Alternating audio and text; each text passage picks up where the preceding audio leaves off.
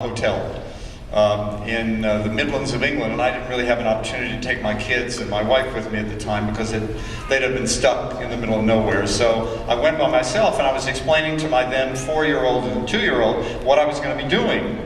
I said, I'm going to be in a movie, and in the movie there's a princess, and they went, oh, that's great, Daddy. And I said, and there's like a guy who's a hero, and he fights with swords, and there's a prince, and I play the prince, and it's good, Daddy. And I said, and there's a giant? There's a giant in the movie, Daddy?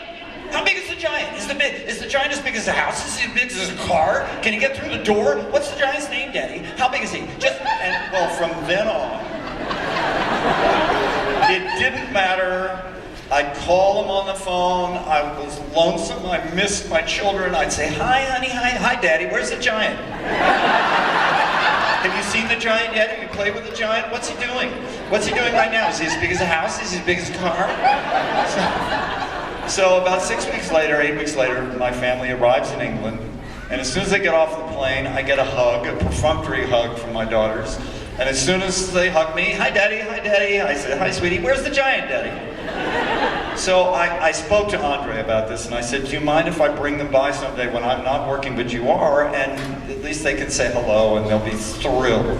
And he said, of course. So he was a lovely, lovely man.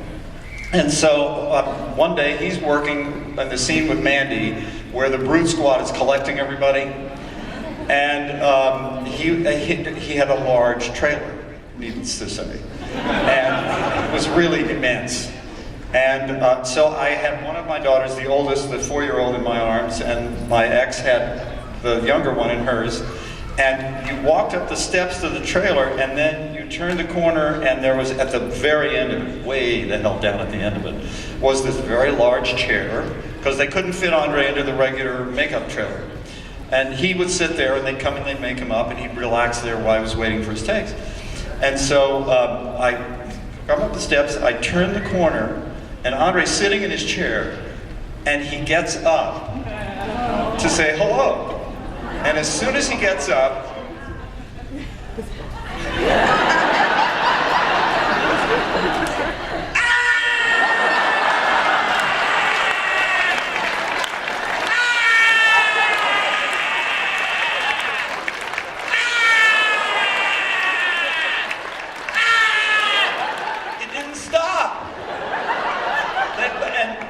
started screaming, and then the younger one started screaming.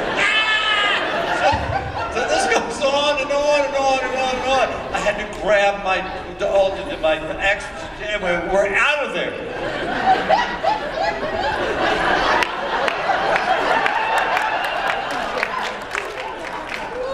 So I walked back without my children, of course, and I went back into the trailer and I said, Andre, I'm so sorry. Please, I can't tell you. And he said, no, it's all right. They either run to me or run from me. And that was Andre. He had a very philosophical view of just who he was and the way people reacted to him. And he had such a grace and dignity about it. He didn't take it personally, but at its core, there must have been a part of him that was sad about it.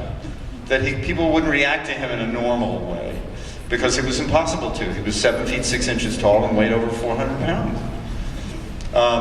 But an extraordinary man, and one of the loveliest people I've ever known. Really a great guy.